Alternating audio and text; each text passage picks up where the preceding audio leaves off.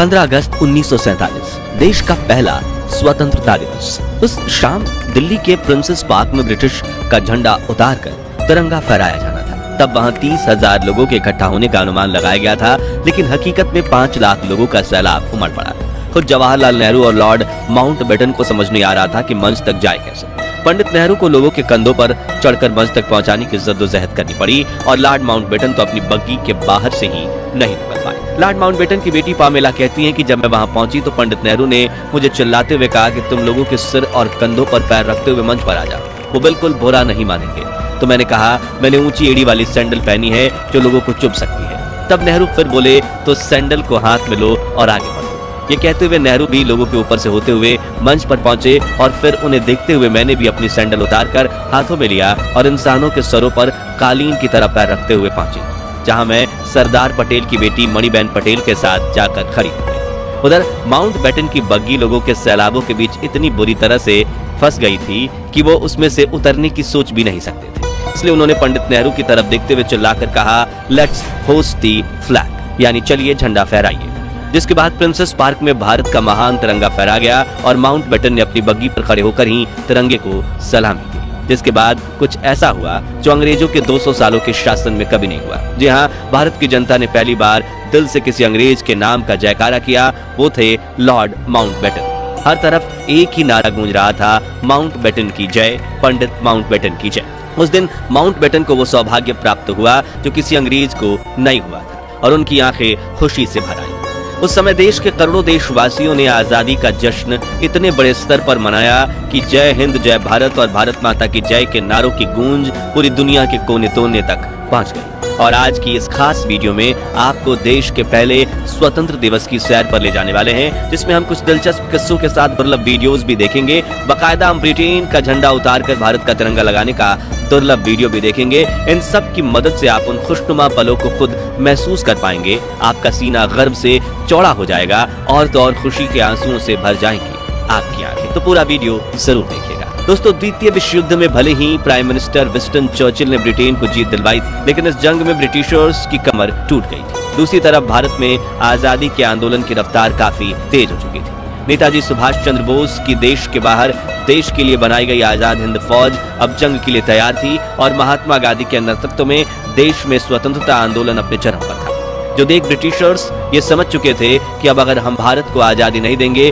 तो वो हमें बेइज्जत करके देश से बाहर खदेड़ फेंकेंगे। ऐसे में नए प्राइम मिनिस्टर रिचर्ड एटली ने 20 फरवरी 1947 को ब्रिटेन की हाउस ऑफ कॉमन्स में घोषणा करते हुए कहा कि हम 30 जून 1948 तक भारत को पूरी तरह से आजाद कर देंगे। लेकिन समय बीतने के साथ कुछ ऐसा हुआ कि भारत को आजाद करने की तारीख नजदीक आ गई। दरअसल भारत को आजाद करने की जिम्मेदारी देश के आखिरी वायसराय लुईस माउंटबेटन को दी गई थी, जो शुरुआत में इस काम में साल भर का समय लेने वाले थे, लेकिन देश की स्थिति अब नियंत्रण से बाहर होने लगी थी। इसी दौरान एक और स्वतंत्रता सेनानी लगातार संघर्ष कर रहे थे। वहीं दूसरी तरफ अंग्रेजों के डिवाइड एंड रूल षड्यंत्र की वजह से देश के कई इलाकों में जात पात के दंगे भड़क उठे थे। स्थितियां अंग्रेजों के हाथों से बाहर निकल रही थी। तभी ब्रिटिश इंडिया के आखिरी गवर्नर जनरल सी राजगोपालाचारी ने माउंटबेटन को समझाते हुए कहा कि अगर आपने 30 जून 1948 तक इंतजार किया तो वापस करने के लिए आपके पास कोई सत्ता ही नहीं बचेगी। यह बात उनके जहन में बैठ गई थी और लॉर्ड माउंटबेटन ने भारत को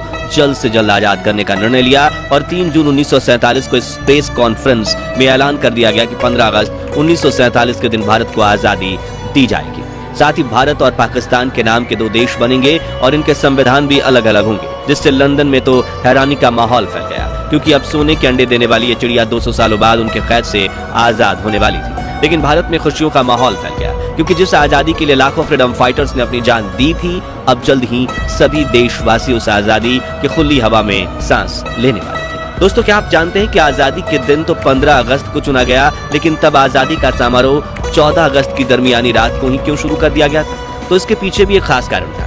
दरअसल भारत के वरिष्ठ ज्योतिषियों के मुताबिक 15 अगस्त का दिन शुभ नहीं था। उन्होंने कहा कि ग्रह नक्षत्र की स्थितियों के लिहाज से 15 अगस्त को इतना महत्वपूर्ण काम नहीं किया जा सकता और सौभाग्य से 14 अगस्त के दिन सितारों की स्थिति 15 अगस्त की तुलना में ज्यादा बेहतर थी। लिहाजा फैसला लिया गया कि 14 अगस्त 1947 की ठीक आधी रात को यदि भारत को आजाद कर दिया जाए तो यह हर तरह से बेहतर साबित होगा। वायसराय लॉर्ड माउंटबेटन ने यह प्रस्ताव स्वीकार किया और 14 अगस्त की रात 11 बजे संसद भवन के सेंट्रल हॉल में स्वतंत्रता दिवस समारोह आयोजित किया गया, जिसकी शुरुआत सुचेता कृपलानी ने की, जो 60 के दशक में उत्तर प्रदेश की पहली महिला मुख्यमंत्री बनी। पहले अल्लामा इकबाल का गीत सारे जहां से अच्छा और फिर बंकिम चटर्जी का वंदे मातरम गाया, जो बाद में भारत का राष्ट्रगीत बना।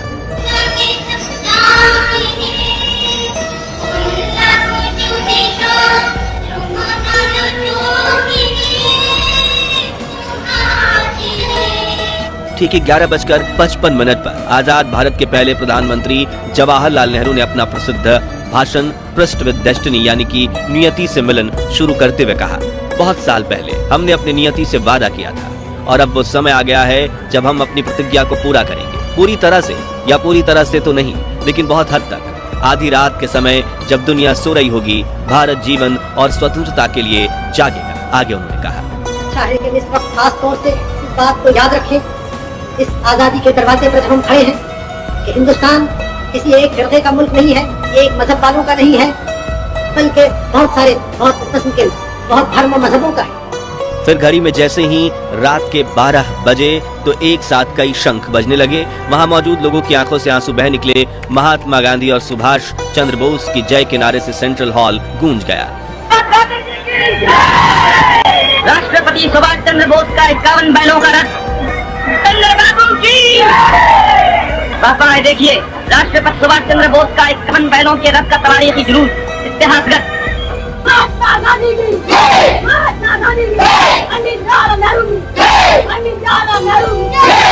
जिसके बाद आजादी के लिए शहीद हुए स्वातंत्र्य के सेनानियों की याद में 2 मिनट का मौन भी रखा गया।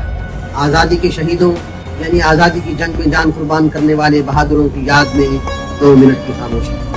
वहीं बाहर तेज हवा के साथ बारिश में भी हजारों भारतीय इस क्षण का इंतजार कर रहे थे। जैसे ही नेहरू संसद भवन से बाहर निकले, मानो हर कोई उन्हें घेर लेना चाहता था।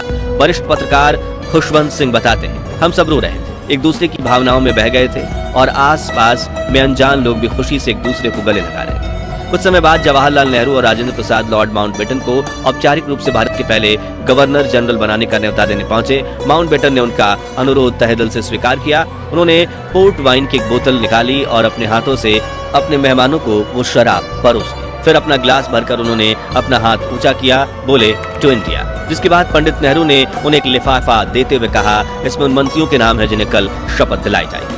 पंडित नेहरू के जाने के बाद जब माउंटबेटन ने यह लिफाफा खोला तो उनकी हंसी छूट गई, क्योंकि वो खाली था। पंडित जी आजादी के दिन इतने खुश थे कि वो उस लिफाफे में मंत्रियों के नाम वाला कागज ही रखना भूल गए। उस रात दिल्ली की सड़कों का वर्णन करते हुए एक अमेरिकन पत्रकार ने लिखा कि सड़कों पर लोग खुशी से चिल्ला रहे थे। हिंदू, मुसलमान और सिख सभी आजादी का जश्न मना रहे थे। ऐसा लग रहा था कि नए साल की पहली शाम का न्यूयॉर्क के टाइम्स स्क्वायर का नजारा। मित्रों, आजादी का ये समारोह सिर्फ दिल्ली तक सीमित नहीं था, बल्कि देश के हर कोने में स्वतंत्रता दिवस का जश्न मनाया जा रहा था। जैसे सपनों के शहर मुंबई में शहर के मेयर ने ताज जैसे खूबसूरत होटल में रात्रि भोज का आयोजन किया। हिंदुओं के धार्मिक शहर बनारस में एक मुसलमान द्वारा राष्ट्रीय झंडा फहराया गया, तो वहीं उत्तर पूर्व के पहाड़ी शहर शिलोंग में गवर्नर ने एक समारोह की अध्यक्षता में 4 जवानों द्वारा राष्ट्रीय झंडा फहराया गया। इन नौजवानों में हिंदू, मुसलमान और लड़के लड़कियां 2 जोड़ों में थे। यहाँ दिल्ली में आजादी का जश्न मनाकर कुछ लोग अपने घर चले गए, तो कुछ वहीं संसद भवन के पास हरे लॉन में और फुटपाथ पर सो गए। 15 अगस्त की सुबह 8:30 बजे लॉर्ड माउंटबेटन ने जवाहरलाल नेहरू को स्वतंत्र भारत के प्रथम प्रधानमंत्री के रूप में शपथ दिलाई। आइए इस ऐतिहासिक क्षण की दुर्लभ वीडियो देखते हैं। और हमारे सब प्रधानों के सामने फेडरल कोर्ट के चीफ जस्टिस न्यायमूर्ति श्री हरिलाल कन्या के हाथों देश सेवा की शपथ लेते हैं। इसी तरह गवर्नर जनरल के हाथों अपनी नई हुकूमत के मुख्य प्रधान पंडित नेहरू और दूसरे प्रधान देश सेवा की शपथ ले रहे हैं। बाहर खड़े हुए लोगों का जोश खरोश बढ़ रहा है, इस इंतजार में बेताब है कि कब नेताओं के दर्शन हों। आप हैं स्वतंत्र भारत के पहले प्रधान। अगले दिन दिल्ली की सड़कों पर लाखों लोगों का सैलाब उमड़ पड़ा। सड़कें लोगों से इतनी खचाखच भरी हुई थी कि गाड़ी छोड़िए साइकिल पर भी सफर करना मुमकिन नहीं था।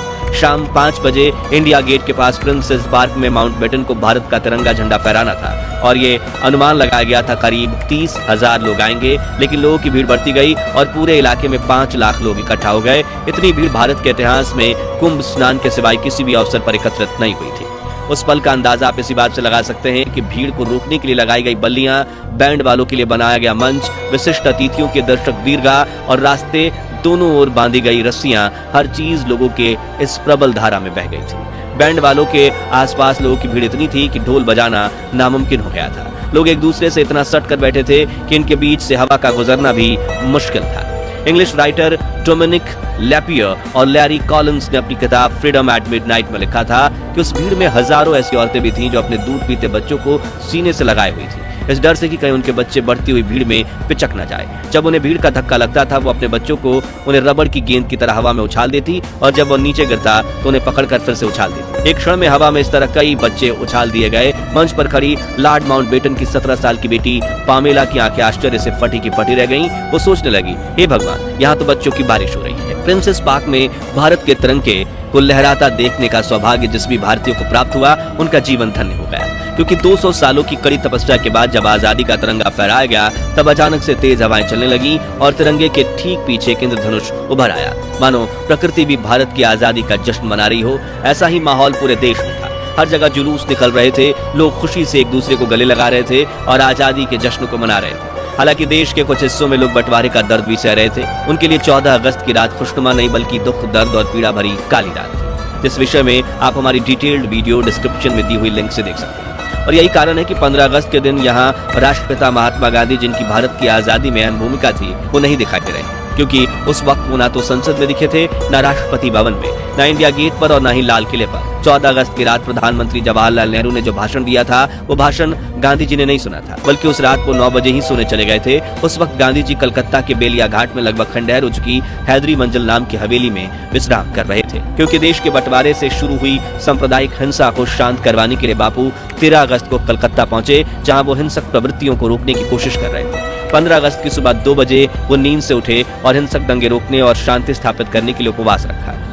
उन्होंने गीता पाठ करवाया और दोपहर के वक्त बेलिया घाट में एक प्रार्थना सभा में पहुंचे, जहां समाज के हर तबके के लोग मौजूद थे। जी हां, इस तरह आजादी के दिन महात्मा गांधी ने अन्न का एक भी निवाला नहीं खाया था और वो आजादी के जश्न से भी दूर थे, क्योंकि वो देश में दंगे फसाद रोकना चाहते थे। तो साथियों, 15 अगस्त 1947 भारत के महान इतिहास का वह ऐतिहासिक दिन था जब हमारे देश को आजादी मिली। वहीं आजादी जिसके लिए भगत सिंह, राजगुरु सुखदेव, चंद्रशेखर आजाद जैसे लाखों क्रांतिकारियों ने हंसते हंसते अपने प्राण की आहुति दी। वही आजादी जिसके लिए नेताजी सुभाष चंद्र बोस ने देश के बाहर देश के लिए आजाद हिंद फौज खड़ी कर दी थी। वही आजादी जिससे अहिंसा से पाने की कोशिश में महात्मा गांधी, सरदार पटेल और पंडित जवाहरलाल नेहरू के साथ करोड़ों भारतीयों का काफिला खड़ा था। तो दोस्तों, अगर आप भी देश को आजादी दिलवाने वाले फ्रीडम फाइटर्स पर गर्व करते हैं तो उनके सम्मान में कमेंट बॉक्स में जय हिंद, जय भारत जरूर लिखें। ये वीडियो अच्छा लगा हो तो लाइक और शेयर करके 11,000 लाइक्स के लक्ष्य को हासिल करने में हमारी मदद कीजिए और भारत के महान इतिहास से जुड़े ऐसी ही दुर्लभ वीडियोस के लिए हमारे चैनल को सब्सक्राइब करके पास वाली घंटी जरूर बजा दीजिए। मिलते हैं अगली वीडियो में। जय हिंद, वंदे मातरम।